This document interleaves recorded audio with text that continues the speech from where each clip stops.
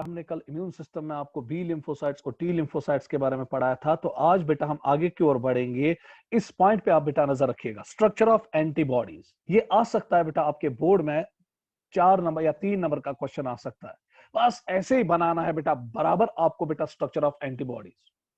अब अगर हम बेटा देखेंगे एंटीबॉडीज जो है, चाहे बेटा आपका अभी मैं बोलूंगा कि जो आपकी बी लिम्फोसाइट्स है वो जब बेटा एंटीबॉडीज बनाती है, वो हर किसी एंटीजन के खिलाफ अलग अलग तरीके की एंटीबॉडी बनाती है।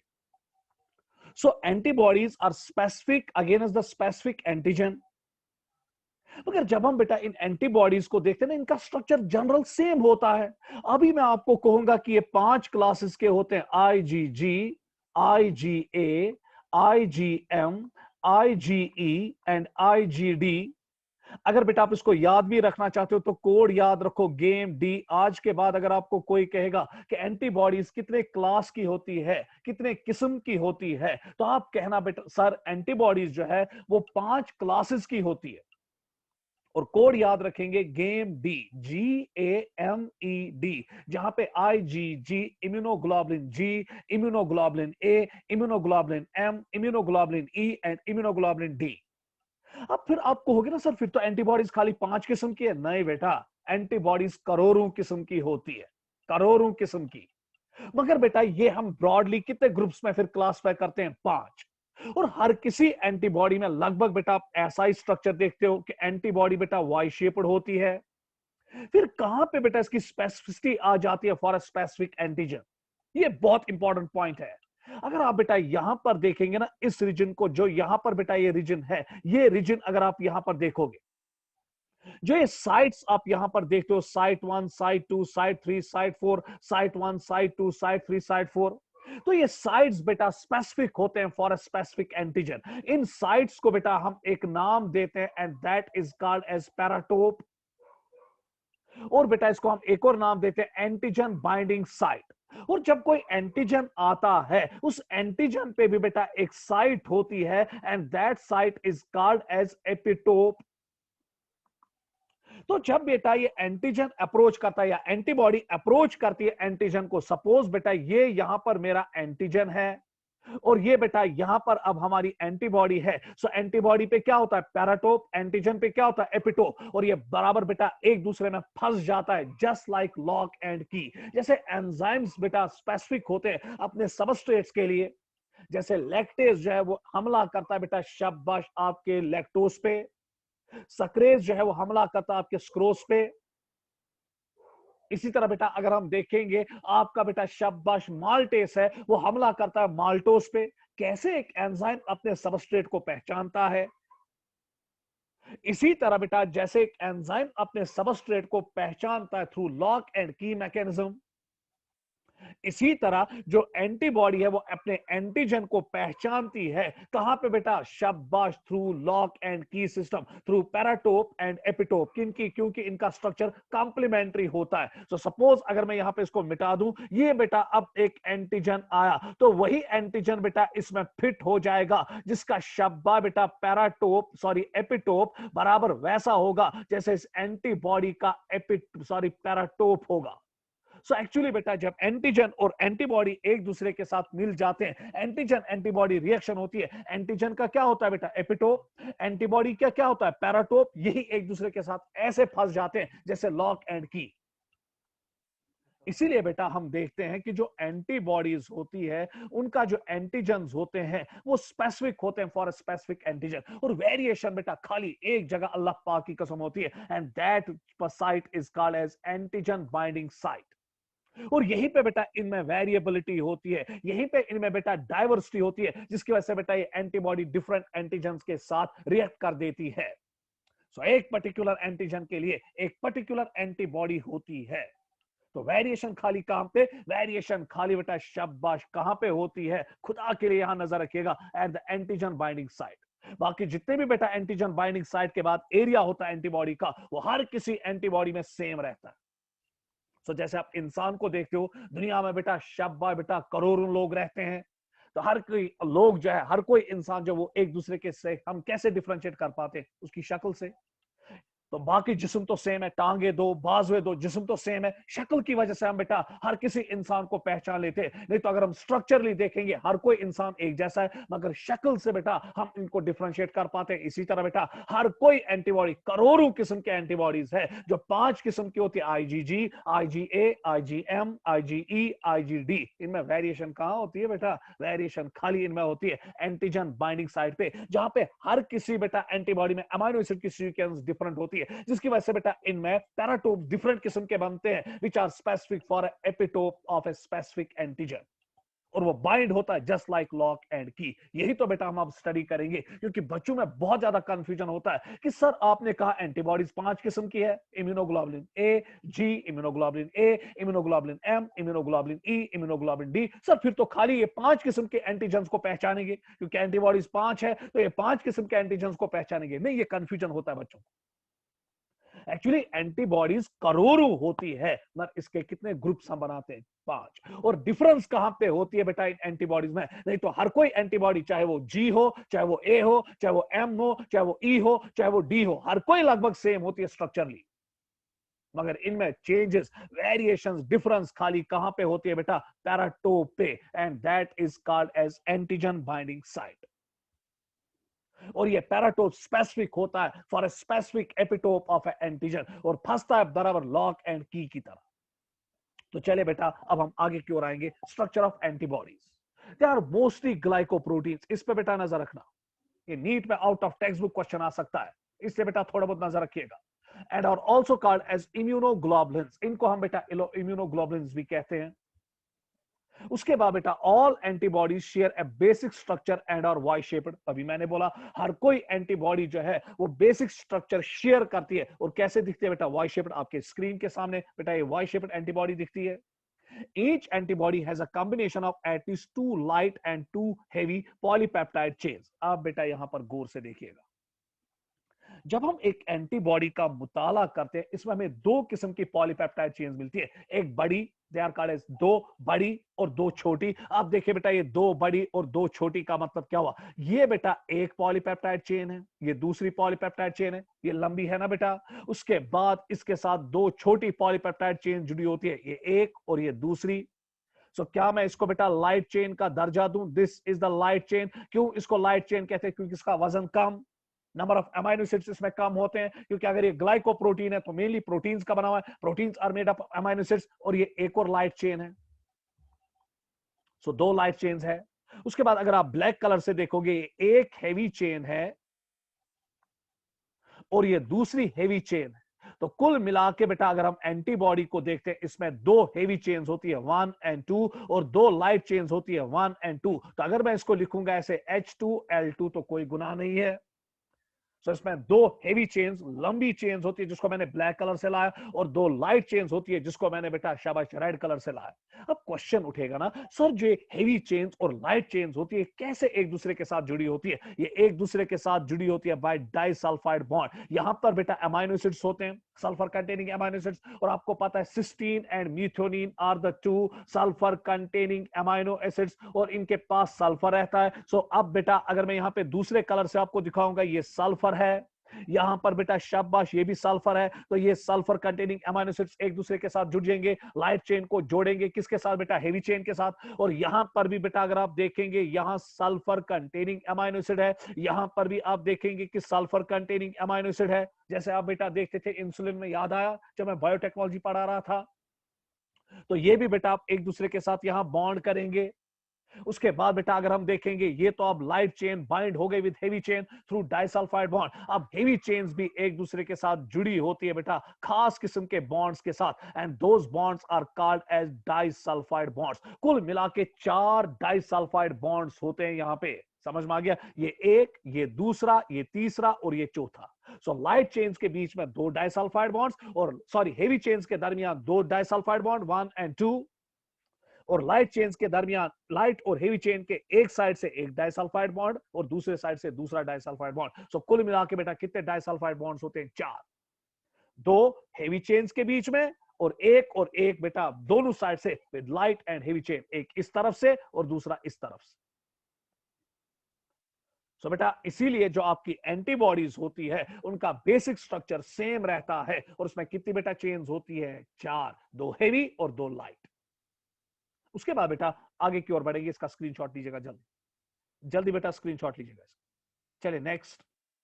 अब यहां पर देखिएगा, the two chains are connected with each other by disulphide bonds, कोई प्रॉब्लम नहीं। तो दो चेन्स एक दूसरे के साथ बेटा जुड़ी होती है डाइसल्फाइड बॉन्ड्स के जरिए। कुल मिला के नंबर ऑफ डाइसल्फाइड बॉन्ड्स कितना होता है? 4। दो हेवी चेन्स के बीच में और दो, एक इस साइड से एक इस साइड से, between the heavy and light chain, जो मैंने अभी आपको दिखाया। An antibody has a variable portion in the arm called V region or antigen binding fragment or FAB। नजर बेटा अभी रखो इस पॉइंट पे बेटा, बहुत इंपॉर्टेंट नजर रखेंगे कि जब हम एक एंटीबॉडी को देखते हैं इसमें बेटा दो पोर्शंस हमें मिलते हैं। एक पोर्शन को हम कहते हैं वेरिएबल पोर्शन और दूसरे पोर्शन को बेटा हम कहते हैं कांस्टेंट पोर्शन। अगर आप यहां पर देखें, अब क्वेश्चन ये उठेगा कि सर ये वेरिएबल पोर्शन कहां पर है एंटीबॉडी में और कांस्टेंट पोर्शन कहां पर है, जिसको आपने एनसर्कल किया। और वेरिएबल पोर्शन का एक और नाम है बेटा, इसको हम FAB कहते हैं। समझ में आ गया? या एक और नाम हम इसको देते हैं एंटीजन बाइंडिंग फ्रैगमेंट। उसके बाद बेटा अगर हम देखेंगे एक और पोर्शन होता है कांस्टेंट पोर्शन, जिसको हम एक और नाम देते हैं क्रिस्टलाइन फ्रैगमेंट और FC। अब देखना यह है कि सर पहले हमें सिखाओ कि जो ये वेरिएबल पोर्शन है और कांस्टेंट पोर्शन है ये कहां पे हमें मिलेगा। तो चले बेटा मैं वापस इस डायग्राम पे आ रहा हूं जिसको मैंने अभी यहां पे छोड़ा था। जरा गौर से बेटा सारे बच्चे यहां पर देखेंगे कहां पे आपको बाइंडिंग साइट मिलेगा, वेरिएबल साइट मिलेगा और कांस्टेंट रीजन मिलेगा और वेरिएबल रीजन मिलेगा। देखिए बेटा ये आप देख रहे हो इस पॉइंट पे, ये पॉइंट, ये वाला पॉइंट इस साइड से और ये वाला पॉइंट इस साइड से। ये वो पॉइंट है ना बेटा जहां पे इस एंटीबॉडी के खास किस्म के साइट्स होते हैं and those are called as paratope. और यहां से भी बेटा एक और साइट होती है और इसको भी हम कहते हैं पैराटोप। और यही वो साइट है ना जो मैंने अभी आपको दिखाया कि जो एंटीजन के शब्द बेटा एपिटोप के साथ जुड़ जाता है। So this is the epitope. और यहां से भी अगर हम देखेंगे बेटा ये यहां पे एपिटोप है, तो ये एंटीजन का एपिटोप अब बेटा इस एंटीबॉडी के पैराटोप के साथ जुड़ा। इसी तरह बेटा यहां से भी एंटीजन आया तो ये एंटीजन का यहां पर बेटा जो एपिटोप है वो इस पैराटोप से जुड़ गया। तो मैं कह सकता हूं कि एक बेटा एंटीबॉडी जो है वो दो किस्म के, दो एंटीजेंस को पकड़ सकता है, दो एंटीजेंस को, है ना बेटा, एक इस साइड से और दूसरा इस साइड से। सो इसीलिए मैं कह सकता हूं कि एक एंटीबॉडी के पास दो एंटीजन बाइंडिंग साइट्स होते हैं जहां पर बेटा उसके पास दो पैराटोप्स होते हैं और ये पैराटोप्स क्या करते हैं, ये एंटीजन के एपिटोप को पकड़ लेते हैं जस्ट लाइक लॉक एंड की। अगर जरा गौर से देखिएगा जो ये बेटा यहां पे एंटीजन बाइंडिंग साइट है जिसको मैं एक और नाम देता हूं पैराटोप। इस पैराटोप में अगर आप देखेंगे ये कलेक्टिवली बनाता है ना हेवी चेन और लाइट चेन, और यहां से भी बनाता है ना बेटा कलेक्टिवली हेवी चेन और लाइट चेन। और यहां पे एक्चुअली क्या होता है, यहीं पे बेटा डाइवर्सिटी होती है इस एंटीबॉडी में, इसी पैराटोप पे, इसी एंटीजन बाइंडिंग साइट पे, जिसको हम एक नाम भी देते हैं, that's called as variable region. यहां से भी एक वेरिएबल रीजन है और यहां से भी बेटा एक रीजन है, that's called as variable region, क्योंकि इस रीजन में शाबाश जो अमाइनो एसिड्स की सीक्वेंस होती है वो डिफरेंट होती है। सो इस डिफरेंट अमाइनो एसिड की सीक्वेंस की वजह से जो कोई भी आप एंटीबॉडी देखोगे, करोड़ों एंटीबॉडीज आप देखोगे जो स्पेसिफिक होती है फॉर अ स्पेसिफिक एंटीजन। कैसे बेटा ये स्पेसिफिक होती है फॉर अ स्पेसिफिक एंटीजन? कैसे एंटीबॉडी अपने एंटीजन को पहचानती है? कहां पे बेटा ये पहचान होती है, कहां पे स्पेसिफिसिटी होती है? ये होती है बेटा इसी वेरिएबल रीजन पे and that's called as paratope, जहां पर ये अपना स्पेसिफिक एंटीजन पकड़ लेता है, क्योंकि इस रीजन में शाबाश बेटा अमाइनो एसिड्स की सीक्वेंस डिफरेंट होती है इन डिफरेंट एंटीबॉडीज। सो दो एंटीबॉडीज अल्लाह पाक की कसम अगर लेंगे, जैसे दो इंसान शक्ल सूरत से 100% कभी नहीं मिलते हैं, इसी तरह बेटा दो एंटीबॉडीज शक्ल सूरत से कभी नहीं मिलेंगे। मगर कहां पे, कहां पे? नहीं तो हर कोई एंटीबॉडी बेटा वाई शेप्ड है, पर एक जगह ये बेटा नहीं मिलती है एक दूसरे के साथ and that is called as antigen binding site और पैराटोप और वेरिएबल रीजन, क्योंकि यहां पे हर किसी एंटीबॉडी में अलग अलग किस्म की बेटा अमीनो एसिड की सीक्वेंस होती है, जिसकी वजह से बेटा इसमें डाइवर्सिटी आती है, जिसकी वजह से इसमें स्पेसिफिसिटी आती है फॉर अ पर्टिकुलर एंटीजन। उसके बाद इसके नीचे जितना भी एरिया है जो बेटा मैंने अब इस एंटीजन बाइंडिंग एरिया के नीचे ये बराबर यहां से यहां तक जो एरिया है, यहां से जो यहां तक एरिया है, this region is called as constant region. क्यों बेटा इसको कांस्टेंट रीजन कहते हैं? क्योंकि इसमें हर किसी अमाइनो बेटा एंटीबॉडी में अमाइनो एसिड की सीक्वेंस क्या रहती है? सेम। सो ये बेटा आप याद रखना, वेरिएबल रीजन में अमाइनो एसिड की सीक्वेंस क्या रहती है? डिफरेंट। समझ में आ गया? मगर जो कांस्टेंट रीजन है, जो बेटा बाइंडिंग एंटीजन बाइंडिंग साइड से नीचे नीचे पूरा रीजन जो है, इस पूरे रीजन में अगर मैं यहां पे एक लाइन मारूंगा ऐसे, सो ये पूरा रीजन इस लाइन के नीचे जो आता है that's called as constant region, क्योंकि यहां अमाइनो एसिड की सीक्वेंस क्या रहती है बेटा? सेम। सो इसीलिए ऊपर के रीजन को हम वेरिएबल रीजन कहते हैं और नीचे के रीजन को हम कांस्टेंट रीजन कहते हैं। आप बेटा अगर आपको कोई कहेगा what is the significance of variable region, तो गोली की रफ्तार से जवाब आना चाहिए सर वेरिएबल रीजन ही तो एंटीजन बाइंडिंग साइट है, जहां जिसको हम पैराटोप कहते हैं, जिसकी वजह से एंटीजन के एपिटोप को फंसा देता है, बराबर लॉक एंड की तरह। इसी रीजन की वजह से इसमें स्पेसिफिसिटी आई होती है। बेटा क्लियर हो रहा है? और अब क्वेश्चन उठेगा sir what is the function of the constant region, वो अभी नहीं बोलूंगा, आगे जाके बोलूंगा। क्लियर? तो चले बेटा वापस मैं उसी स्लाइड पे आऊंगा जहां पे मैंने इसका थ्योरेटिकल पार्ट छोड़ा था, तो वहीं पे मैं वापस आ रहा हूं। तो चले बेटा ये वो पार्ट है जो मैंने छोड़ के रखा था। An antibody has a variable region in the arms called V region और antigen binding fragment। और इसको एक और नाम मैंने बेटा अभी आपको दिखाया, इसको हम एक और नाम देते हैं, that's called as paratope. Fab region binds with the antigen and amino acid sequence in these regions is highly variable, which determines the specificity of an antibody for a specific antigen। यही तो सब कुछ है। उसके बाद बेटा the remaining part of the antibody after the end of variable region is called as constant region or crystalline fragment FC and its amino acid sequence is relatively constant हर किसी antibody में। क्लियर हो रहा है? अब बेटा question ये उठता है कि सर फैब जो है, पैराटोप जो है, वी रीजन जो है, जहां पे अमाइनो एसिड्स की सीक्वेंस वेरिएबल है, वहां पर ये अपने स्पेसिफिक एंटीजन को पकड़ लेता है और एपिटोप पैराटोप रिएक्शन हो जाती है जो लॉक एंड की तरह काम करते हैं, जिसकी वजह से स्पेसिफिसिटी आती है एंटीबॉडी में फॉर अ स्पेसिफिक एंटीजन। पर सर ये कांस्टेंट रीजन किस लिए है? जो ये एंड पे बेटा शाबाश अगर हम देखते हैं, ये है ना बेटा आपकी एंटीबॉडी, जरा गौर से देखिएगा, अगर आपकी एंटीबॉडी को यहां पर बनाया जाएगा, ये आपकी एंटीबॉडी है ना। सो यहां से यहां तक बेटा ऊपर जो है वो कांस्टेंट वेरिएबल रीजन है और नीचे कांस्टेंट रीजन है। ये कांस्टेंट रीजन जो है जिसको हम एफसी पार्ट भी कहते हैं, किस लिए होता है? देखिए बेटा होता क्या है, जब एक एंटीबॉडी अब एंटीजन को पकड़ लेती है, क्या रोटोना बेटा एंटीजनितस। सो एक एंटीबॉडी दो एंटीजन्स को पकड़ती है और जब ये अपने दो एंटीजन्स को पकड़ती है जिसके साथ इसकी स्पेसिफिसिटी होती है, बेटा हम कुछ नहीं एंटीजन खत्म कर, एंटीजन ना खत्म करो। क्या आपको लगता है कि बस एंटीजन एंटीबॉडी के साथ मिला तो खत्म खेल?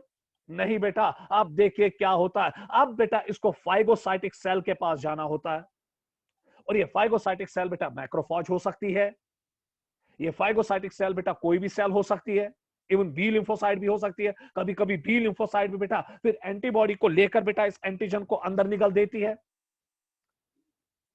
सो कभी कभी बेटा देखा गया कि बी लिम्फोसाइट भी एंटीजन एंटीबॉडी कॉम्प्लेक्स को निकल देती है, और ज्यादातर बेटा ये कौन करते हैं? मैक्रोफॉजेस। आप देखिए बेटा ये आपके पास यहाँ पे मैक्रोफॉज है, अब यहां पर बेटा ये एंटीबॉडी है और इस एंटीबॉडी ने अभी अभी यहां पर बेटा एंटीजन पकड़ लिया, इस साइड से भी और इस साइड से।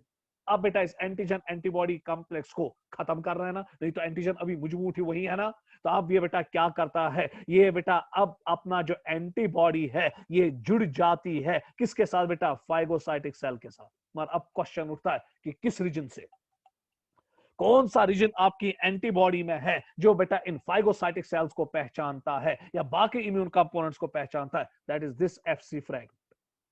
और वंस ये एफसी फ्रैगमेंट मैक्रोफॉज को पहचानता है तो दल दल की तरह ये मैक्रोफॉज अब इस एंटीजन एंटीबॉडी कॉम्प्लेक्स को अंदर निकल देती है, और जब ये अंदर जाता है तो ये गया बेटा आपका एंटीजन एंटीबॉडी कॉम्प्लेक्स आपकी मैक्रोफॉज में, और बेटा दल दल की तरह इसको अंदर निकल देती है, और उसकी वजह से बेटा ये एंटीजन एंटीबॉडी कॉम्प्लेक्स मैक्रोफॉज में बर्बाद हो जाता है।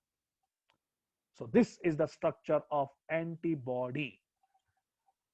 तो इसका जो वेरिएबल रीजन है जिसको हम पैराटोप कहते हैं, जिसको हम फैब कहते हैं, जिसको हम एंटीजन बाइंडिंग फ्रैगमेंट कहते हैं, उसका मेन काम होता है कि एंटीजन को पकड़ लो, और उसके बाद जो इसका एफसी फ्रैगमेंट होता है, जिसको हम क्रिस्टलाइन फ्रैगमेंट कहते हैं, कांस्टेंट पोर्शन कहते हैं, इसका मेन काम होता है कि ये माइक्रोफाज के साथ चिपक जाता है, और वंस से माइक्रोफाज के साथ चिपक जाता है तो फिर एंटीजन एंटीबॉडी कॉम्प्लेक्स दलदल की तरह ये माइक्रोफाज अंदर निकल जाती है, साइटोप्लाज्म में ले जाती है, जिसकी वजह से एंटीजन एंटीबॉडी कॉम्प्लेक्स खत्म। क्लियर? तो चलिए बेटा नेक्स्ट स्लाइड, इसका स्क्रीनशॉट जल्दी लीजिएगा, जल्दी। तो देखिए बेटा, अब यहां पर मैंने आपके सामने एक डायग्राम लाई है, ये एक एंटीबॉडी। तो ये अब एंटीबॉडी यहां पर बेटा एंटीजन के साथ रिएक्ट करती है, तो इसी तरह बेटा ये एंटीजन अब इसके साथ भी जाएगा। तो पकड़े ना बेटा, इस एंटीबॉडी ने कितने एंटीजन? 2, मगर सेम किस्म के एंटीजन, क्योंकि यहां पर बेटा जो इसका पैराटोप है, इसका भी पैराटोप वैसे ही होगा ना, सेम। और ये एंटीजन का बेटा एपिटोप है, ये एंटीजन का बेटा एपिटोप है, यहां पर गौर से देखिएगा। तो जो एपिटोप यहां पर है, ये बराबर बेटा शाबाश इसी के जैसा होगा ना, एपिटोप। तो ये बेटा यहां पर इसका एपिटोप है, ये इसका एपिटोप है, तो ये बराबर बाइंड हो जाते हैं, जैसे जस्ट लाइक लॉक एंड की। तो उसके बाद बेटा आगे बढ़ेंगे, ये देखिए बेटा अब कैसे होता है। ये बेटा अब आपका यहां पे एफसी फ्रैगमेंट है या बेटा कांस्टेंट फ्रैगमेंट है, तो ये कांस्टेंट फ्रैगमेंट अब बेटा ये यहां से मैक्रोफॉज है, तो ये मैक्रोफॉज अब क्या करती है, इसको निगल देती है, कहां ले जाती है? अंदर। और अब ये एंटीजन एंटीबॉडी कॉम्प्लेक्स इसके अंदर क्या हो जाता है? खत्म। क्लियर? तो next slide, class of antibodies. अब बेटा यहां पे नजर रखिएगा, ये एंट्रेंस में ढेर सारे क्वेश्चन लेकर आता है, ढेर सारे क्वेश्चन, इवन नीट में भी बेटा इसमें 2 क्वेश्चन आए हैं, तो इसलिए बेटा नजर रखिएगा। क्लास ऑफ एंटीबॉडीज, इसी के साथ आपका इम्यून सिस्टम का जो मेन पार्ट है वो कंप्लीट हो जाएगा, बाकी तो कुछ नहीं है बेटा, वो आप खुद भी पढ़ सकते हो। लिम्फाइड ऑर्गन कौन है वो भी मैं पढ़ाऊंगा, कोई परेशानी नहीं है। Class of antibodies, there are 5 classes of antibodies. नहीं तो बेटा करोड़ों किस्म के एंटीबॉडीज है, मगर शाबा बेटा ये कितने ग्रुप्स में हम लाते हैं? 5। IgG, immunoglobulin G, immunoglobulin A, immunoglobulin M, immunoglobulin D and immunoglobulin E. Code याद रखेंगे बेटा, मैंने पहले ही कहा था, गेम डी। उसके बाद बेटा अब एक एक करके डिस्कस हो जाएगा IgG का कैसा है। स्ट्रक्चर तो सेम होगा, दे आर ऑल बेटा वाई शेप, पर कभी कभी बेटा ये एक दूसरे के साथ बाइंड हो जाती है, तो जिसकी वजह से बेटा इनमें वेरिएशन आती है और वजन में भी चेंजेस आ जाते हैं। तो चले बेटा अब एक एक करके हम देखेंगे कि इनके क्या क्या फीचर्स हैं। जहां मैं बोलूंगा बेटा इसको एंट्रेंस के लिए याद रखना, वहां पे बेटा आपको बहुत ज्यादा दिलचस्पी देनी पड़ेगी। तो चलिए सबसे पहला हम देखेंगे अब IgG। तो ये आपके सामने बेटा आया IgG। आज के बाद अगर आपको कोई कहेगा कि सबसे अबंडेंट एंटीबॉडी कौन सी हमारी बॉडी में बनती है, तो बेटा आंसर लिखना IgG। इस पॉइंट पे नजर, इसीलिए बेटा मैंने यहां पर लिखवाया कि 80% है, तो सबसे पहला पॉइंट आप याद रखेंगे कि जो IgG है वो सबसे अबंडेंट एंटीबॉडी। उसके बाद they have a half life of 7 to 23 days, और जब ये एंटीबॉडी बनती है उसके बाद इसका हाफ लाइफ कितनी देर तक रहता है? 7 to 23 डेज। स्मॉलेस्ट एंटीबॉडी, इस पॉइंट पे नजर रखना। सो पहला ये अबंडेंट था, उसके बाद बेटा ये स्मॉलेस्ट एंटीबॉडी भी। उसके बाद only antibody that can cross, गौर से बेटा देखिएगा, that can cross the placenta and enter the foetal circulation and gives immunity to foetus and newborn. ये बेटा क्वेश्चन दमदार क्वेश्चन है। आपको आमतौर बेटा एंट्रेंस में क्वेश्चन आता है कि कौन सी एंटीबॉडी है जो प्लेसेंटा से, मां से प्लेसेंटा के जरिए बच्चे में जाती है, और जब बच्चे में एंटीबॉडी जाएगी तो बच्चे का इम्यून सिस्टम क्या हो जाएगा? स्ट्रांग। सो हमें बेटा बच्चा जो है उसको मां के यूट्रस में मां से एंटीबॉडीज मिलती है, और किस क्लास के एंटीबॉडीज उसको मिलती है बेटा? शाबाश, दैट इज IgG। क्यों बेटा यही एंटीबॉडीज मिलती है? ए क्यों नहीं, एम क्यों नहीं, डी क्यों नहीं, ई क्यों नहीं? क्योंकि ये सबसे छोटी एंटीबॉडी है, और इसके छोटे साइज की होने की वजह से ये इजिली प्लेसेंटल के बैरियर को क्रॉस करके बच्चे में जाती है, और बच्चे का इम्यून सिस्टम स्ट्रांग बना डालती है। तो याद रखेंगे बेटा अगला, इट्स द ओनली बेटा शाबाश इम्यूनोग्लोबुलिन या antibody that passes through placenta. So अभी तक smallest, abundant, smallest and passes through placenta. उसके बाद बेटा अगला, show opsonisation and neutralisation activities are abundant during secondary immune response. अगला बेटा तूफानी पॉइंट इसमें है।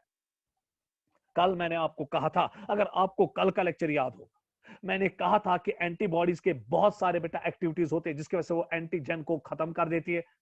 न्यूट्रलाइजेशन है जो मैंने कल आपको पढ़ाया था, प्रिसिपिटेशन, एग्लूटिनेशन, ऑप्सनाइजेशन, शब्द बेटा लाइसिस याद आया? तो ये किसके जरिए बेटा, किस मैकेनिज्म के जरिए आईजीजी जो है वो एंटीजन को खत्म कर देती है? ऑप्सनाइजेशन के जरिए और न्यूट्रलाइजेशन के जरिए। ऑप्सनाइजेशन पता है आपको, कल मैंने कहा था कि ऑप्सनाइजेशन में एंटीबॉडीज क्या करते हैं, वो एंटीजन के इर्द गिर्द बेटा शाबाश कवर बनाते हैं, पेस्ट बनाते हैं। इसकी वजह से बेटा जब एंटीजन के इर्द गिर्द पेस्ट चढ़ता है एंटीबॉडीज का, तो फाइगोसाइटिक सेल्स उनको इजिली खाने में कामयाब हो जाते हैं। न्यूट्रलाइजेशन में मैंने कहा था कि अगर कोई टॉक्सिन होगा तो ये एंटीबॉडीज उनके साथ मिल जाती है। अगर कोई एंटीजन टॉक्सिक एक्टिविटी का होगा तो ये एंटीबॉडी उसके साथ मिलती है और उसको न्यूट्रलाइज करती है। सच एंटीबॉडीज है एंटी टॉक्सिन एक्शंस।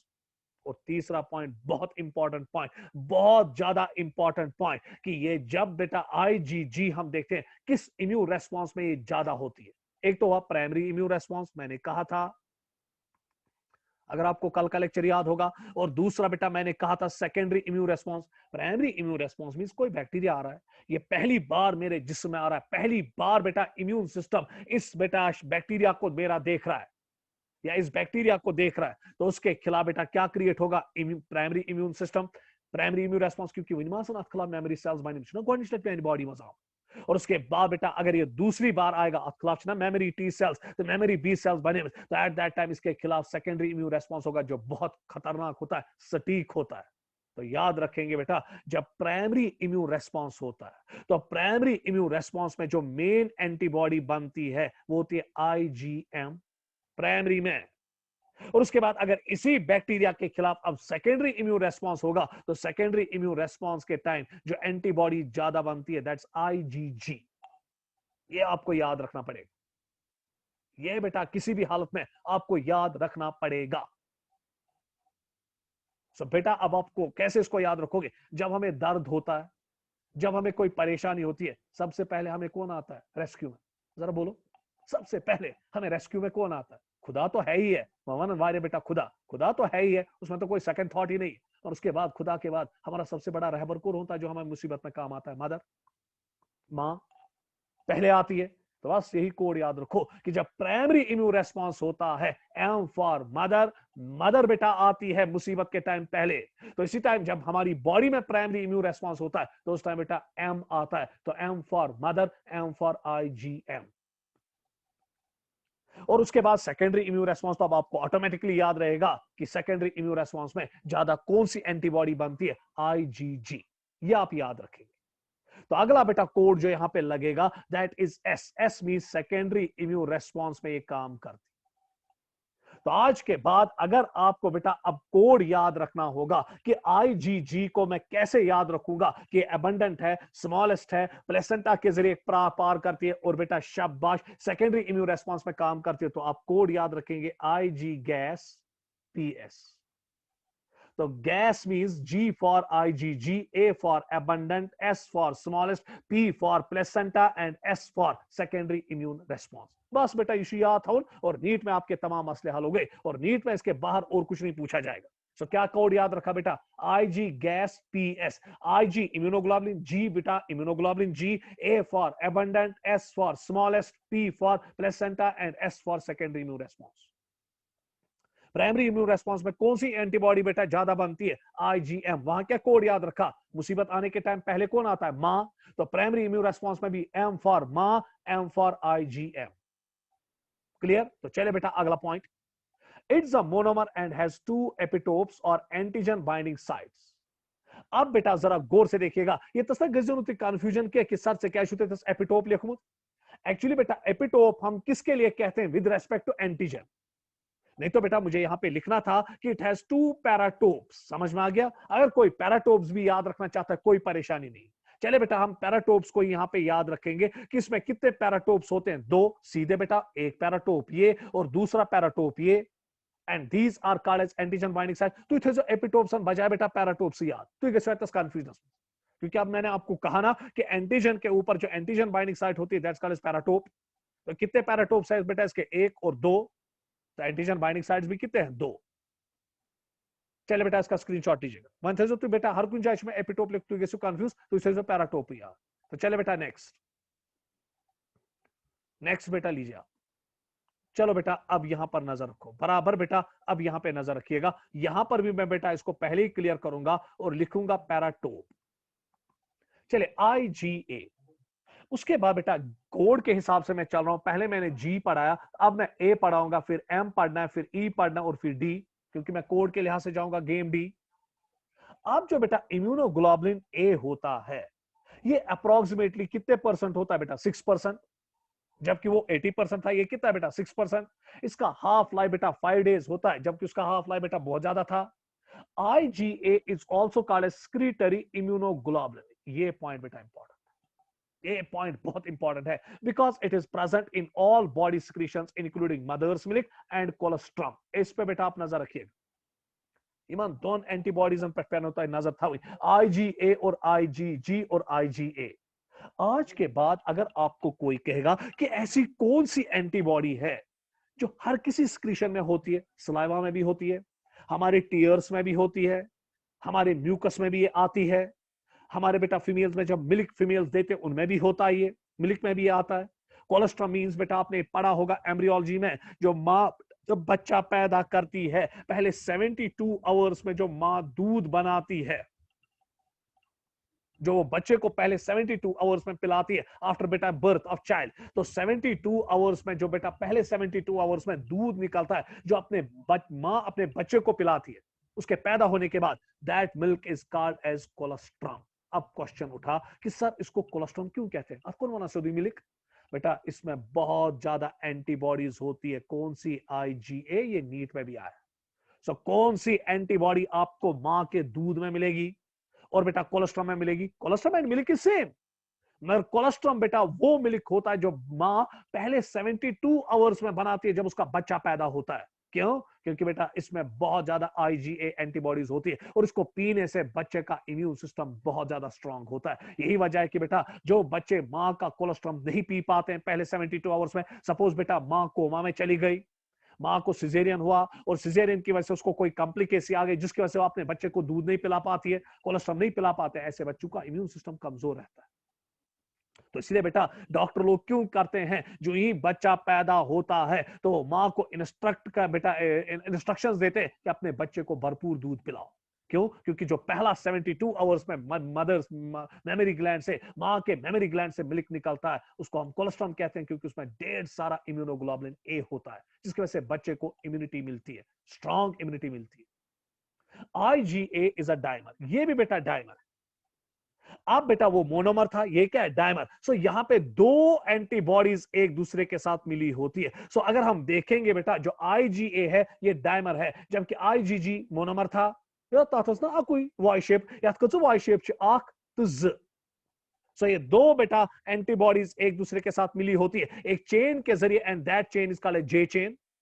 और इसकी वजह से बेटा अब ये डायमर के तरीके पे आता है। अगर ये डायमर है बेटा पैराटोप शासन आख ज त्रे तो आसनात बेटा एंटीजन बाइंडिंग साइट्स को क्या डायमर फॉर्म, ये हमेशा डायमर फॉर्म में रहते हैं जहां पर ये एक दूसरे के साथ जुड़े होते हैं एक चेन के जरिए, and that chain is called J chain. बस बेटा यहां पे आपको खुदा के लिए एक पॉइंट याद रखना है, बाकी बकवास है बेटा। पॉइंट यह है कि कौन सी एंटीबॉडी आपको बॉडी की हर किसी सिक्रीशन में मिलेगी और जिसको हम स्क्रीटरी इम्यूनोग्लोबुलिन कहते हैं। आंसर लिखना IgA, और ये मदर्स मिल्क में भी होता है और कोलेस्ट्रॉल में भी आता है, और ये JK CET में भी आया, AMU में भी आया है, नीट में भी आया है और एम्स में भी आया है। वहां क्या रूद है बकाया, और BHU में भी आया है, बनारस हिंदू यूनिवर्सिटी में। तो इससे बेटा इस पे नजर रखिए। अगला स्लाइड IgM। अब बेटा यहां नजर रखो, यहां पर भी मैं बेटा इसको पहले ही ठीक करूंगा, and that is called as paratope, क्योंकि आपको कंफ्यूजन होगा इसलिए बेटा, नहीं तो हम इसको एपिटोपिक साइट ही कहते हैं, मगर बेटा अब आप ऐसे ही याद रखो। They make up approximately 13% of the serum antibodies. So बेटा अगर IgG के बाद कोई एबंडेंट एंटीबॉडी है तो वो कौन है बेटा? IgM। Half life about 5 days, सबसे ज्यादा हाफ लाइफ IgG का होता है। लार्जेस्ट एंटीबॉडी यहां पे बेटा अब आपको नजर रखनी पड़ेगी। तो सबसे पहला कोड जो अब आप यहां पे याद रखोगे कि सबसे स्मॉलेस्ट IgG, और सबसे बड़ा शाबाश antibody IgM. It's the first antibody to reach toward the site of infection and are abundant during primary immune response. अभी मैंने आपको कहा ना बेटा, जब पहली बार हमें देखता है, जब हमें मुसीबत आती है तो सामने माँ ही आ जाती है। तो इसलिए बेटा जब पहली बार शब्द बेटा पहली बार कोई बैक्टीरिया आता है तो प्राइमरी इम्यून रेस्पॉन्स होता है। तो कौन सी बेटा एंटीबॉडी ज्यादा बनती है? IgM। और यही वो एंटीबॉडी है जो पहले पहुंचती है towards the site of infection. It's a pentamer having 10 paratopes or antigen binding sites. Na pentamer, which we put, it's na ak antibody, it's na byak antibody, it's na byak antibody, it's na byak antibody, it's na byak antibody. So जब 5 antibodies एक दूसरे के साथ मिल जाती है तो एक antibody वजूद में आती है, that's called as IgM।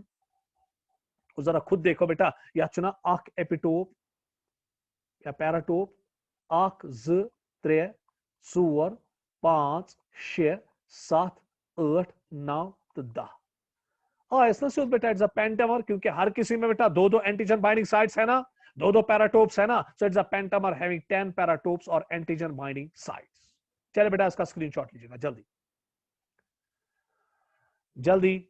चलिए बेटा नेक्स्ट स्लाइड। अब बेटा मैं आ रहा हूं IgD पे। देखिए यहां पर भी मैं इसको पहले ठीक करूंगा, and this is paratope. constitutes only 0.2% of the serum antibodies, बहुत ज्यादा कम। IgD are found on the surface of B lymphocytes। इस पॉइंट को नजर रखना बेटा, ये आपको खाली B lymphocytes के सरफेस पे मिलेगा बस।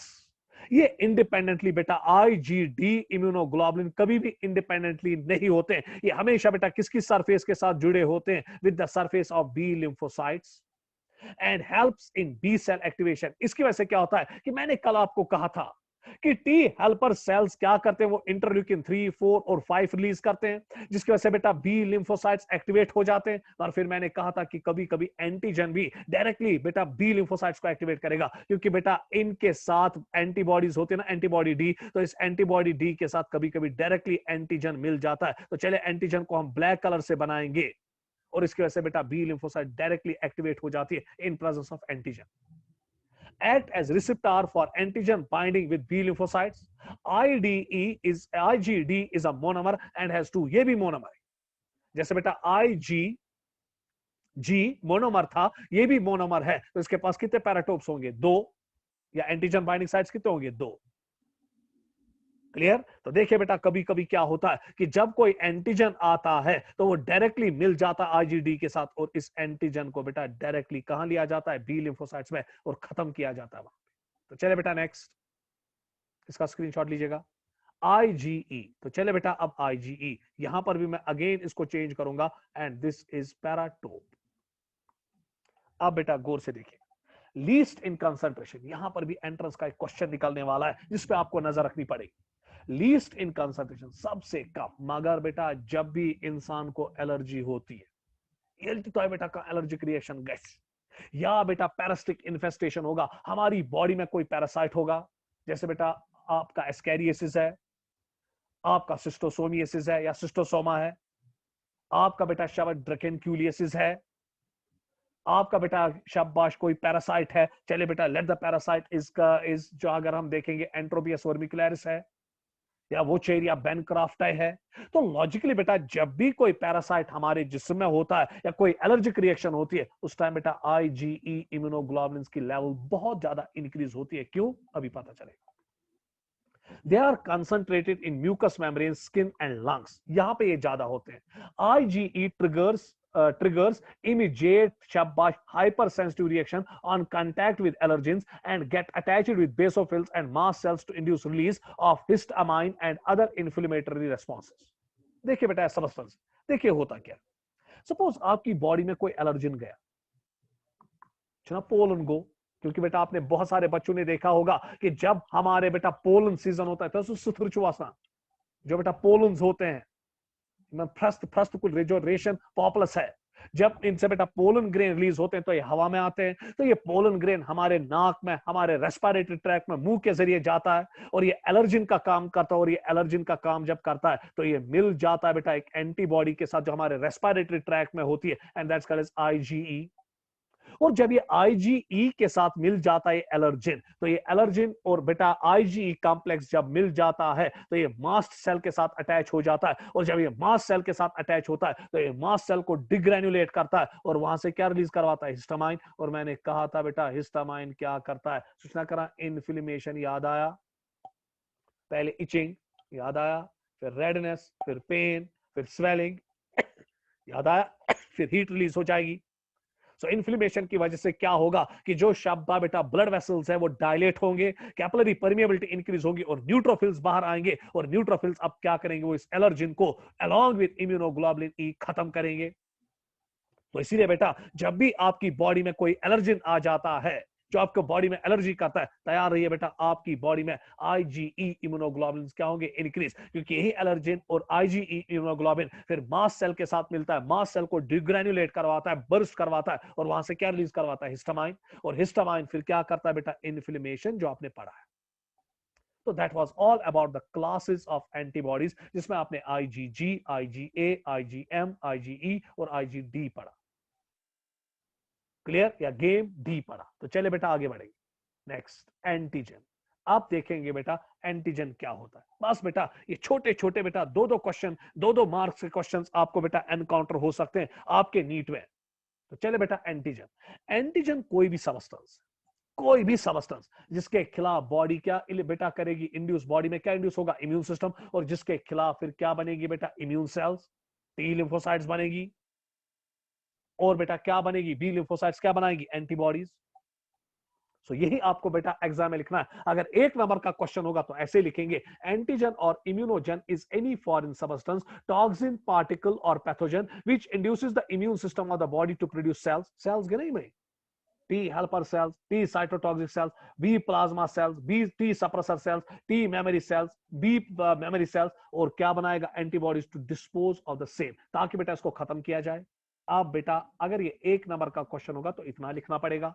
अब अगर ये दो नंबर का क्वेश्चन होगा तो देखिए बेटा फिर आपको इतना लिखना पड़ेगा। तो क्या लिखेंगे फिर उसके बाद, antigen often has high molecular mass of 8000 Dalton's और मोर। सो जो एंटीजेंस होते हैं इनका वजन आमतौर बेटा 8000 डाल्टन से ऊपर होना चाहिए, क्योंकि एक बच्चे ने बेटा मुझे क्वेश्चन लिखा था आज, तो मैंने फिर उसको लिखा था, मुझे नहीं पता मैंने उसका जवाब दिया भी कि नहीं, तो उसने कहा था सर जब हम फूड खाते हैं तो ये फूड भी तो फॉरेन सबस्टेंस है, जब ये हमारी बॉडी में जाता है तो इसके खिलाफ क्यों नहीं इम्यून सिस्टम इलिसिट होता है, इसके खिलाफ क्यों नहीं इम्यून सिस्टम इंड्यूस होता है, कैसे होगा बेटा, क्योंकि जब हम फूड खाते हैं तो ये हमारे इंटेस्टाइन में जाता है, तो इंटेस्टाइन में डाइजेस्ट होता है, तो डाइजेशन के बाद बेटा अब आपको पता है कार्बोहाइड्रेट से ग्लूकोज बनता है, प्रोटीन से अमाइनो एसिड बनता है, लिपिड से बेटा शायद फैटी एसिड और ग्लाइसरॉल बनता है, न्यूक्लिक एसिड से बेटा आपका बनता है शब्दा बेटा फॉस्फोरिक एसिड, आपके बेटा नाइट्रोजनस बेसिस, और बनता है बेटा डिऑक्सोराइबो शुगर या राइबो शुगर अगर आरएनए होगा। बेटा ये इतने छोटे होते हैं, इनका वजन 8000 डाल्टन से कम होता है, इसलिए बेटा इनके खिलाफ इम्यून रेस्पॉन्स कभी भी इंड्यूस नहीं होता है। सो इम्यून रेस्पॉन्स उसी सबस्टेंस के खिलाफ इंड्यूस होता है या क्रिएट किया जाता है जिसका वजन 8000 डाल्टन से होगा या उससे ज्यादा। अगर किसी चीज का वजन इससे कम होगा उसके खिलाफ बेटा इम्यून रेस्पॉन्स बेटा इंड्यूस नहीं होता है। Antigenic substances are generally proteins or large polysaccharides। याद है जो याद बेटा, मोस्ट ऑफ द एंटीजन जिसके खिलाफ इम्यून रेस्पॉन्स बेटा डेवलप होता है, जिसके खिलाफ एंटीबॉडीज बनती है, वो ज्यादातर प्रोटीन्स होते हैं या कभी कभी बेटा ये पॉलीसैकेराइड्स भी हो सकते हैं, जैसे लिपोपॉलीसैकेराइड्स हमें मिलते हैं in the cell wall of बेटा शब बाय बैक्टीरिया, जिसकी वजह से बेटा उसके खिलाफ इम्यून रेस्पॉन्स डेवलप होता है। Antigens possess antigenic determinants or epitopes, अभी मैंने बोला, which binds with the paratopes or antigen determinant sites of antibodies to form antigen antibody complex। तो ये अगर आप देखेंगे बेटा ये आपका यहाँ पे एंटीजन है और ये एंटीजन पे बेटा आपके एपिटोप्स है, और ये बेटा यहाँ पे एंटीबॉडी अब इसी एपिटोप के साथ जुड़ी with the help of paratope. Clear, जो मैंने अभी आपको सिखाया। तो चले बेटा नेक्स्ट स्लाइड। अब बेटा यहां पे नजर रखिएगा बराबर, difference between इनेट and acquired immunity. इसका स्क्रीनशॉट लीजिएगा बेटा, ये आपने पढ़ा, क्योंकि मुझे पता है अगर ये 2 नंबर का क्वेश्चन आएगा डिफरेंस बिटवीन इनेट इम्यूनिटी और एक्वायर्ड इम्यूनिटी, तो क्यों लिया कोई। इसका बेटा स्क्रीनशॉट लीजिएगा, ये आपने सब कुछ पढ़ा है, सब कुछ पढ़ा है, इसका स्क्रीनशॉट लीजिएगा जल्दी बेटा। चलिए नेक्स्ट स्लाइड। अब यहां पर एक और क्वेश्चन आपके बोर्ड एग्जाम में आ सकता है जिसपे आपको नजर रखनी पड़ेगी, difference between active and passive acquired immunity. अब देखना यह है कि यहां पर भी एक्वायर्ड इम्यूनिटी है, प्लीज नजर रखो बेटा बराबर, यहां पर भी एक्वायर्ड इम्यूनिटी है, यहां पर भी एक्वायर्ड इम्यूनिटी है, मगर सर ये एक्टिव क्या है और पैसिव क्या है, इस पे नजर रखो बेटा, प्लीज यहां पे नजर रखो। अगर आज के बाद आपको एंट्रेंस में क्वेश्चन आएगा कि अगर कोई पैथोजन हमारी बॉडी में जाता है या कोई बेटा एंटीजन हमारी बॉडी में जाता है तो उसके खिलाफ बेटा इम्यून रेस्पॉन्स जनरेट होता है ना, तो उसके खिलाफ बेटा एंटीबॉडीज बनती है ना। अगर बेटा मेरी बॉडी में एंटीजन गया या पैथोजन गया, उसके खिलाफ अब एंटीबॉडीज बनी ना, सो जब बेटा उसके खिलाफ एंटीबॉडीज बनी, अच्छे सुना बेटा, एक्टिव एक्वायर्ड इम्यूनिटी। तो यहां पर मुझ में इम्यूनिटी आई ना बेटा, पर इम्यूनिटी कैसे आई, मैंने बॉडी ने बेटा एंटीबॉडीज खुद बनाई अगेंस्ट दिस पैथोजन और एंटीजन। मगर कभी कभी क्या होता है कि हम बॉडी में रेडीमेड एंटीबॉडीज देते हैं। सपोज बेटा अगर आप देखोगे इस टाइम बहुत मशहूर चीज चल रही है कोरोना वायरस, और कोरोना वायरस में अगर आप देखेंगे बेटा, आपने देखा होगा कि एक पेशेंट सोरा में है, इसको कोरोना पेशेंट का सीरम चाहिए, आपने सुना होगा। सपोज बेटा कोई कोरोना पेशेंट है, अब बेटा ये मरने के कगार पे, इसमें निमोनिया हो चुका है और निमोनिया बेटा दोनों लंग्स को अपने जद में ला चुका है। अब बेटा इसको बचाने की कोशिश डॉक्टर करेगा ना, वो क्या करता है, जिस इंसान को कोरोना हुआ होता है, अब अगर उसने सरवाइव किया तो उसके बॉडी में बेटा कोरोना वायरस के खिलाफ एंटीबॉडीज बनी होंगी ना। तो बात करो ना बेटा, तो हम उसी पेशेंट का ब्लड निकालते हैं, ब्लड से प्लाज्मा निकालते हैं और फिर वही प्लाज्मा बेटा इस पेशेंट में देते हैं। अब बेटा हमने इस पेशेंट को रेडीमेड एंटीबॉडीज दी ना, जो हमने कोरोना पेशेंट जो रिकवर हुआ था उसके ब्लड से निकाली और अब इस पेशेंट में दी जो मरने के कगार पे है, ये जिसका मीन डायरेक्टली एंटीबॉडीज। सो यहां पर बेटा मैंने इसको रेडीमेड एंटीबॉडीज दी ना against the corona virus, corona disease, so at that time it's called as passive acquired immunity.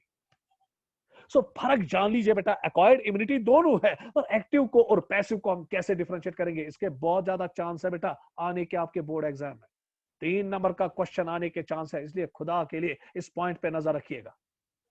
तो एक्वायर्ड इम्यूनिटी में बॉडी खुद बेटा शाबाश एंटीबॉडीज बनाती है अगेंस्ट द पर्टिकुलर पैथोजन और एंटीजन, और पैसिव एक्वायर्ड इम्यूनिटी में हम डायरेक्टली बेटा एंटीबॉडीज देते हैं। समझ में आ गया। और एक एग्जांपल है बेटा पैसिव इम्यूनिटी की, खुदा के लिए यहां पर देखिएगा, जब बच्चा मां के यूट्रस में होता है, अभी मैंने कहा, तो उसको मां के प्लेसेंटा से एक एंटीबॉडी मिलती है ना, दैट्स कॉल्ड एज आईजीजी। अभी मैंने कहा स्मॉलेस्ट एंटीबॉडी है। तो इस बच्चे को मां से रेडीमेड एंटीबॉडीज मिलती है ना, अगेन बेटा जब इसको रेडीमेड एंटीबॉडीज मिली for protection against the microorganism, इसना बेटा पैसिव एक्वायर्ड इम्यूनिटी। इसी तरह जब बच्चा पैदा होता है तो ये मां का दूध पीता है, तो मां के दूध में बेटा इसको रेडीमेड एंटीबॉडी मिलती है ना, आईजीए। तो चाहे बेटा बच्चा मां का दूध पी रहा है, उसको बेटा मां के दूध से आईजीए मिल रहा है ना, रेडीमेड एंटीबॉडी, या जब बच्चा मां के यूट्रस में होता है, इसके मां को ब्लड से प्लेसेंटा के जरिए डायरेक्टली बेटा बच्चे में आईजीजी जा रहा है ना एज एंटीबॉडी, तो ये मिले ना रेडीमेड एंटीबॉडीज। अगेन बेटा this is the example of passive acquired immunity. So गर्ज ये कि जहां पर हम इंसान को इम्यूनिटी दे directly by giving antibodies, that's called as passive acquired immunity. और एक्टिव एक्वायर्ड इम्यूनिटी वो इम्यूनिटी है जहां पे इंसान खुद अपने लिए एंटीबॉडीज बनाता है अगेंस्ट अ पर्टिकुलर पैथोजन और इट्स एंटीजन। अब क्वेश्चन ये उठेगा, सर दोनों में कौन सा ठीक है, आगो एक बनाई बॉडी पाने ब्याक्ष पे रेडीमेड। बेटा कभी कभी हमें पैसिव एक्वायर्ड इम्यूनिटी भी देनी पड़ती। सपोज कोरोना वायरस में जो पेशेंट है, इसको बेटा बचाने के लिए हमें बेटा दूसरे रिकवर्ड पेशेंट का सीरम इसको देना पड़ता है जिसमें उसकी एंटीबॉडीज होती है ताकि ये बचे। सो हम दोनों चीजों का इस्तेमाल करते हैं, एक्टिव का भी और एक्वायर्ड का भी। अब क्वेश्चन उठेगा कि वैक्सीनेशन किस बुनियाद पे किया जाता है, वैक्सीनेशन के पीछे कौन सी फिलॉसफी है। अगर वैक्सीनेशन हमें बेटा इम्यूनिटी देता है, क्या वो एक्वायर्ड इम्यूनिटी होती है, एक्टिव एक्वायर्ड इम्यूनिटी होती है कि पैसिव एक्वायर्ड इम्यूनिटी होती है? आंसर लिखना मोस्टली एक्टिव एक्वायर्ड इम्यूनिटी। तो देखिए बेटा हम क्या करते हैं, प्लीज नजर रखिएगा। हम बेटा अगर किसी को पोलियो वैक्सीन देते, मैं पोलियो को ही लूंगा क्योंकि ये 2 बूंदे जिंदगी की आप बार बार सुनते रहते हो। तो जब हम बेटा पोलियो वैक्सीन किसी को देते हैं, इसमें पोलियो वायरस बेटा किल्ड होता है, एटेन्यूएटेड होता है। एटेन्यूएटेड मींस कमजोर किया गया होता है, मारा गया होता है ये पोलियो वायरस। फिर यही बेटा मरा हुआ पोलियो वायरस हम बेटा बच्चों को 2 बूंद की जिंदगी के जरिए पिलाते हैं। तो ये डेड वायरस बेटा अब इन बच्चों के जिस्म में जाता है, तो अब डेड है, ये तो कुछ नहीं करेगा, मरा हुआ, पर मिश्रा एंटीजन थी, तो हमारा जिस्म, इस बच्चे का जिस्म इसके खिलाफ क्या बनाता है? एंटीबॉडीज। सो यहाँ जिस्म खुद एंटीबॉडीज बनाता है ना। तो जब भी कोई वैक्सीन किया जाता है, वहां पे जिस्म को बेटा एंटीबॉडीज बनाने दिए जाते हैं। सो देयरफॉर बेटा वैक्सीनेशन के पीछे जो प्रिंसिपल है, that is the active acquired immunity. पर जो बच्चा माँ का दूध पीता है, जिसकी वजह से उसको इम्यूनिटी मिलती है, वहां पे उसको रेडीमेड एंटीबॉडीज मिलती है ना, सो उसका प्रिंसिपल है पैसिव एक्वायर्ड इम्यूनिटी। तो यही तो बेटा अब है, यही आपको बेटा अब अंग्रेजी में बोला जाएगा। It is produced due to contact with pathogen or its antigen. It is produced due to obtaining antibodies from outside directly. Immunity is not immediate.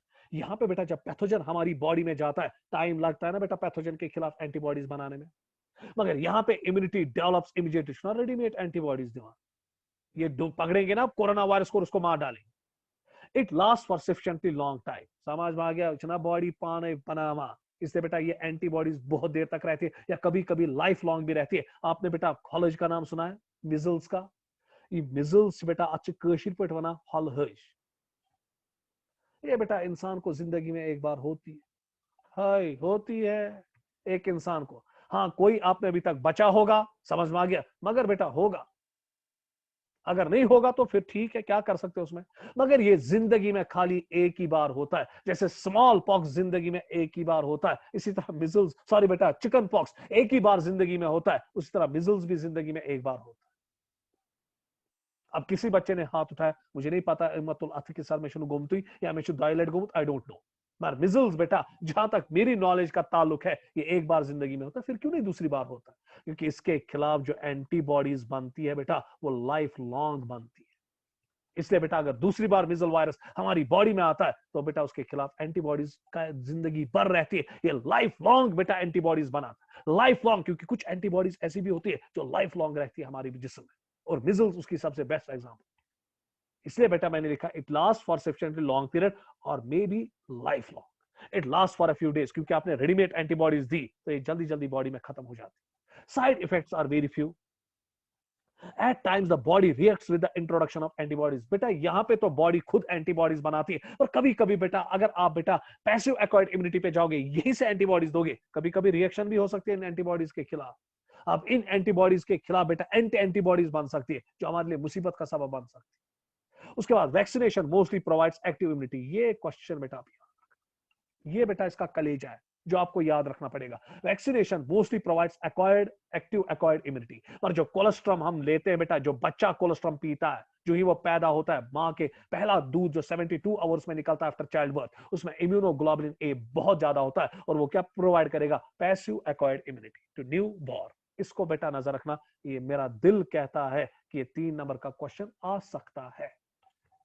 तो चले बेटा लास्ट टॉपिक इसका, लिम्फॉइड ऑर्गन्स। इसी के साथ आपका लिम्फेटिक बेटा इम्यून सिस्टम खत्म होगा। तो कल मैं आपको इंशाल्लाह एड्स पढ़ाऊंगा। उसके बाद बेटा फर्स्ट से आपको पता है कि फर्स्ट से आपको इंशाल्लाह बेटा प्रिपेयर करवाया जाएगा बोर्ड एग्जाम्स के लिए।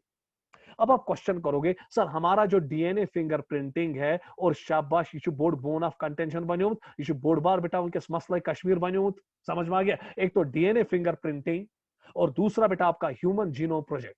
हम क्या करेंगे, मैं आपको बेटा टाइम दूंगा इंशाल्लाह कल, कि इन 1 to 15 डेज में हम बीच में इसको किसी दिन पढ़ेंगे, 4 से 5 बजे तक बीच में किसी दिन पढ़ेंगे। बस मुझे 2 दिन लगेंगे बेटा इसको। उसके बाद अगर बेटा फिर आपको और किसी जगह कोई प्रॉब्लम रहेगी बायोलॉजी वेलफेयर में, वैसे तो आप बायोलॉजी वेलफेयर में कहीं कोई प्रॉब्लम नहीं रहने वाली, क्योंकि अब ये बहुत आसान है। डिजीज तक ना पान पर सुकुसु बोर्ड मसले, उसके लिए तो फहद सर का वीडियो लेक्चर भी आपको अवेलेबल है बेटा वेबसाइट पे। तो अगर फिर भी कोई प्रॉब्लम होगी 15th के बाद बेटा, मैं आपको फिर भी बेटा जूम क्लासेस 3-4 दूंगा, जिसमें बेटा आपको कोई परेशानी होगी तो वो करेंगे। पर इससे पहले कि खुदा के लिए बेटा, जो हमने ये 1 से 15 तक आपको बेटा बोर्ड एग्जाम्स के लिए इंपॉर्टेंट क्वेश्चंस बेटा प्रिपेयर करवाने, स्पेशली इंग्लिश में बेटा बहुत फूंक के कदम रखना, कैसे कि इंग्लिश टू सुपर बेटा टॉपिक, स्विच बेटा सब्जेक्ट जिसमें आप बहुत ज्यादा स्कोर लाते हो। तो इसलिए बेटा इसको आप बेटा लाइटली मत ले लो, सारे बच्चे रजिस्ट्रेशन करो। ये 15 दिन बेटा आपको अल्लाह पाक की कसम बेटा डिस्टिंक्शन से पोजीशन की ओर ले जाएगी। पास तो सारे हो जाओगे, वो तो मुझे पता है बेटा, मगर खतरा ये है कि 50% से कम मार्क्स आगे तो नीट पे नहीं बैठ पाओगे, और 50% से ऊपर मार्क्स आगे तो आपके घर वाले बेटा आपको परेशान करेंगे, मार डालेंगे। तो इसलिए बेटा अगर आपको 80 to 90% या 95% तक जाना है तो प्लीज बेटा आप इसका बहुत इंपॉर्टेंट इसका ख्याल रखिएगा। आप इसमें बेटा पूरा रजिस्ट्रेशन करवाइए, फ्री ऑफ कॉस्ट है, इसमें क्या परेशानी। और जो आपका कोई फ्रेंड है, कोई सहेली है जो बेटा हमारे कोचिंग सेंटर में नहीं पढ़ रही है, उसको कोई प्रॉब्लम बेचारी को, उसको भी बोलो कि आ जाओ, ये फ्री ऑफ कॉस्ट है, तो उसको भी बेटा रजिस्टर करवाओ, कोई परेशानी नहीं। मदद गस आखिर किस करो यह दपन बुस गस पास या बुत गोस पास गो बाकी गस फेल ग मुस्लिम उम्मा को बेटा एक दूसरे की मदद करनी चाहिए।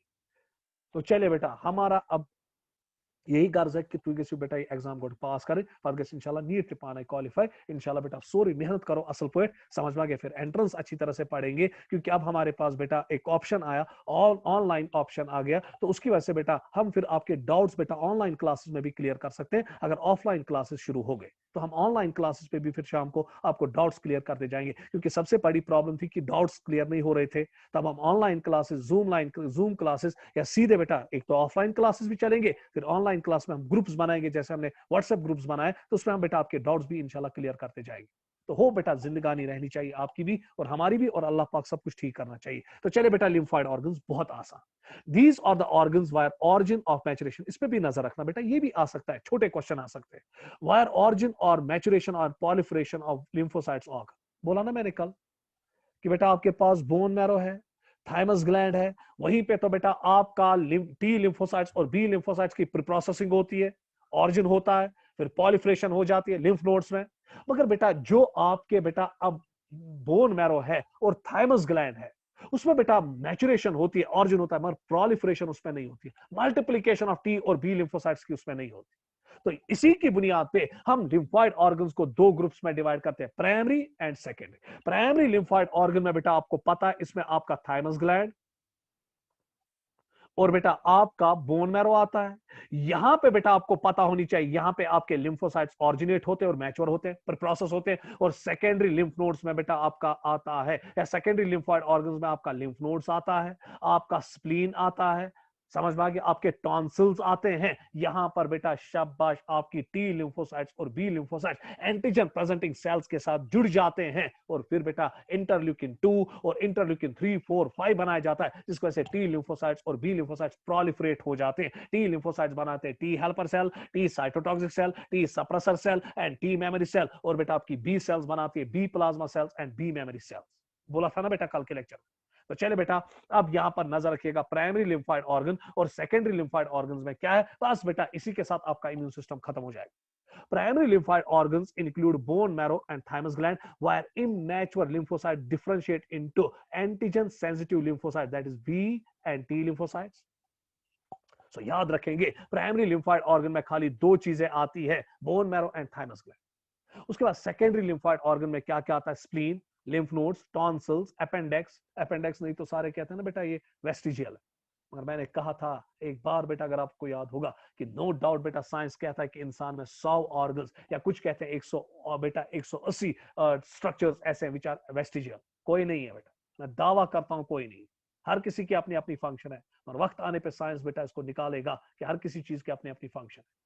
इसी तरह बेटा अब यहां पर ये अपेंडेक्स है या पेयर्स पैचेस है जो हमारे स्मॉल इंटेस्टाइन्स में होते हैं। After maturation of T and B lymphocytes, जब ये मैच्योर हो जाते हैं, दे माइग्रेट, कहां से बेटा मैच्योर होते हैं, बोन मैरो से और थाइमस ग्लैंड से। They migrate to the secondary lymphoid organs where they interact with antigen presenting cell which help in proliferation of T lymphocytes and B lymphocytes into effector cells. Effector cells होते हैं पाई, T helper cell, T cytotoxic cell, T suppressor cell, T memory cell, और इस तरह B बेटा memory cells, B plasma cells. So ये वहीं पे बेटा पॉलिफरेट हो जाते हैं। सो मैच्योर ये हो जाते हैं प्राइमरी लिम्फॉइड ऑर्गन्स में, और शब्द बेटा फिर प्रोलिफरेट करते हैं कहां पे, सेकेंडरी लिम्फ ऑर्गन्स में। वो स्प्लीन हो सकता है, लिम्फ नोड हो सकता है, टॉन्सिल्स हो सकते हैं, अपेंडिक्स हो सकता है, या फिर पियर्स पैचेस हो सकते हैं। तो next, with in the lining, ये नीट में आया था बेटा, with in the lining of respiratory tract, जो रेस्पिरेटरी ट्रैक्ट की लाइनिंग है, digestive tract and urogenital tract, हमारा urethra, There is a lymphoid tissue called mucosal associated lymphoid tissue, जिसको हम नाम देते हैं बेटा माल्ट। सो जहां हमारी गट की लाइनिंग होती है, डाइजेस्टिव सिस्टम की लाइनिंग होती है, रेस्पिरेटरी ट्रैक्ट की लाइनिंग होती है, या यूरिनोजेनिटल ट्रैक्ट की लाइनिंग होती है, वहां पर भी बेटा हमें लिम्फॉइड टिश्यू मिलता है, जिसको हम बेटा माल्ट कहते हैं, mucosal associated lymphoid tissue. And it constitute 50, ये आया था नीट में, टेक्स्ट बुक से डायरेक्टली क्वेश्चन उठाया गया था। It constitute 50% of the total lymphoid tissue in human body. So 50% जो लिम्फॉइड टिश्यू होता है, जिसको हम माल्ट कहते हैं, वो कहां पर होता है? In the inner lining of respiratory tract, digestive tract and urogenital tract. इसी के साथ बेटा आपका इम्यून सिस्टम जो है वो कंप्लीट हो गया। तो कल मैं आपको बेटा एड्स के बारे में इंशाल्लाह पढ़ाऊंगा, तो कल हम एड्स बेटा कंप्लीट